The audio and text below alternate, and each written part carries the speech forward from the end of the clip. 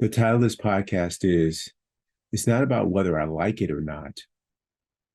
It's can I handle it? Whenever I would suffer, uh, and almost always it was me causing my suffering. But whenever that would happen, it all came down to me liking what was going on or not liking it, me liking the person and what they said or did, or not liking them. So all of my suffering was at the effect of things that were outside of my control in the form of people or situations, resisting it.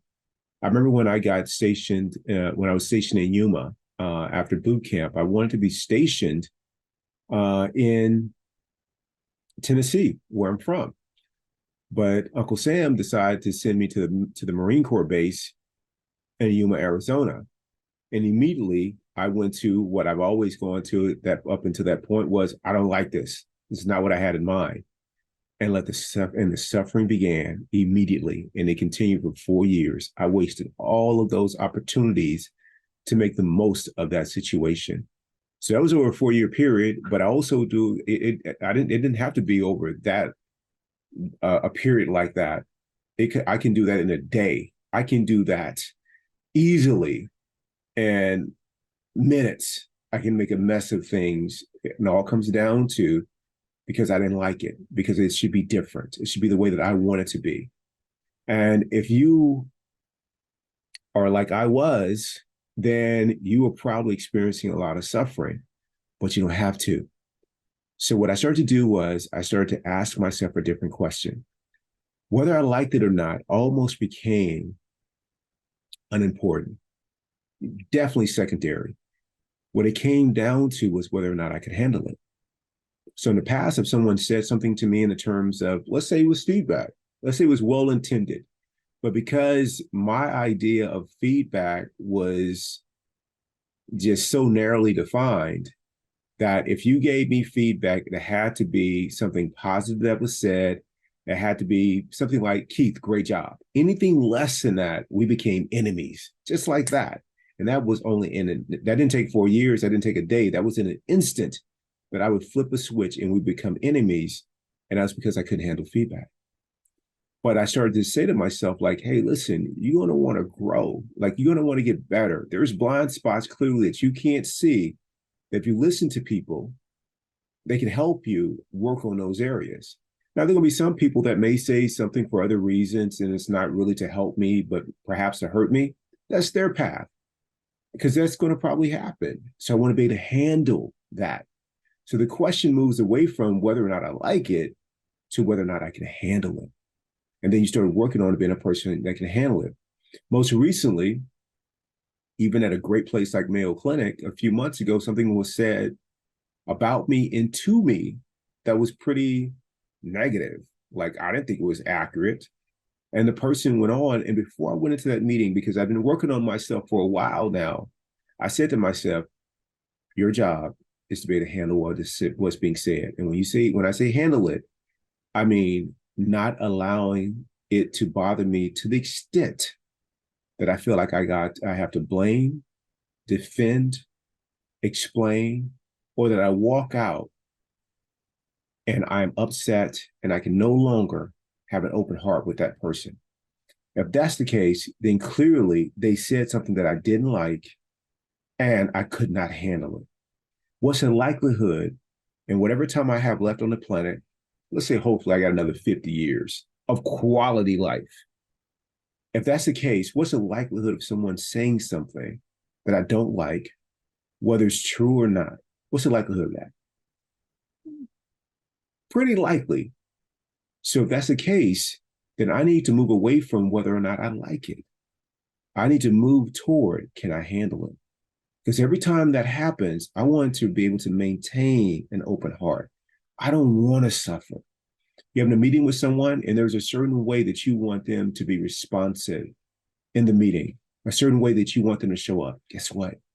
You got no control over them. So the person who's responsible for your suffering is not the other person. It's you. You're responsible for it because clearly you can't handle it. And if you've been working at this a while, you need to say to yourself, okay, I am done not really taking this seriously and putting in the work not to be bothered by this. Now, you don't close your heart to the person. You just develop the ability that even when they are behaving in a way that you don't like, that you're able to stay present, to stay rooted without losing yourself. So if there is something that is meaningful that's being communicated, you can take that. And if there's something that is not helpful, you let that pass right through you. But you are no different from the time you sat down in that meeting to the time you left, regardless of what was said. And initially that's going to be a challenge. But over time with working at this, like anything else, you begin to do it effortlessly to where you don't even think about it. Other people will be in the same meeting with you and they'll come out bothered, not you. You didn't even notice it because you've worked on yourself, because you got to the point to where you can handle that. And when you watch these professional athletes who are calm and cool under pressure, let's take a Serena Williams when she was playing tennis. You take a Tom Brady when he was playing football. He looks, when they are up by 40 points in winning, or when they are on a drive down the field from their own goal line and having to march 90 plus yards down the field and needing a touchdown to win the game, he's the same in both cases. He can handle it. That's what you want to do. You want to be, no matter what's going on outside, you're the same every time through. Open-hearted, you're kind, and you are working on yourself. Again, it's not whether or not you like it. That's where we stumble. That's where we cause ourselves suffering, is whether or not you can handle it. And then you work on handling it. First time you sat down to, college math, maybe you came from a school in which you excelled, and you got one of those differential equations problems. And there was probably a little bit of suffering, but you worked on it so you could be able to handle those. First time you went into a meeting with senior executive leaders, the first experience, they're saying things that you have no idea what's being said. They're using terminology that you are unfamiliar with. You're sitting in a medical meeting at Mayo Clinic about an organ or a medical department that you know very little about. But how do you learn to be able to be in those meetings and handle it? You study, you work on it, you get better. I've been very fortunate that I have, had some great friends in John DeCuna and Fiona Craig and Cynthia Stunnington and Jonathan Layton, who really helped me develop in terms of being able to conduct research and being able to write it up. And when I first sat down, I didn't understand anything. I came from a psychology background in which the writing was very different. And I could have shut down, like, I can't do this. No, I sat with them and like, teach me, like, I'm like a baby bird, like, show me the way. And they did so in the most loving way, because I didn't want to say, well, this research piece of it, someone else can do that because I don't like it, because I can't do it. No, I need to learn how to handle that. I need to know how to get better at that. So it became an opportunity. And that's what these things give us is once you let go of whether or not you like it or not, what's left is your ability to handle it. And when it comes to being able to handle it, you start to get that there's something you can do about that part, because handling it is an inside job. The other thing of whether or not you like it or not, that is completely leaving your well-being up to others who you can't control in situations which you definitely cannot control.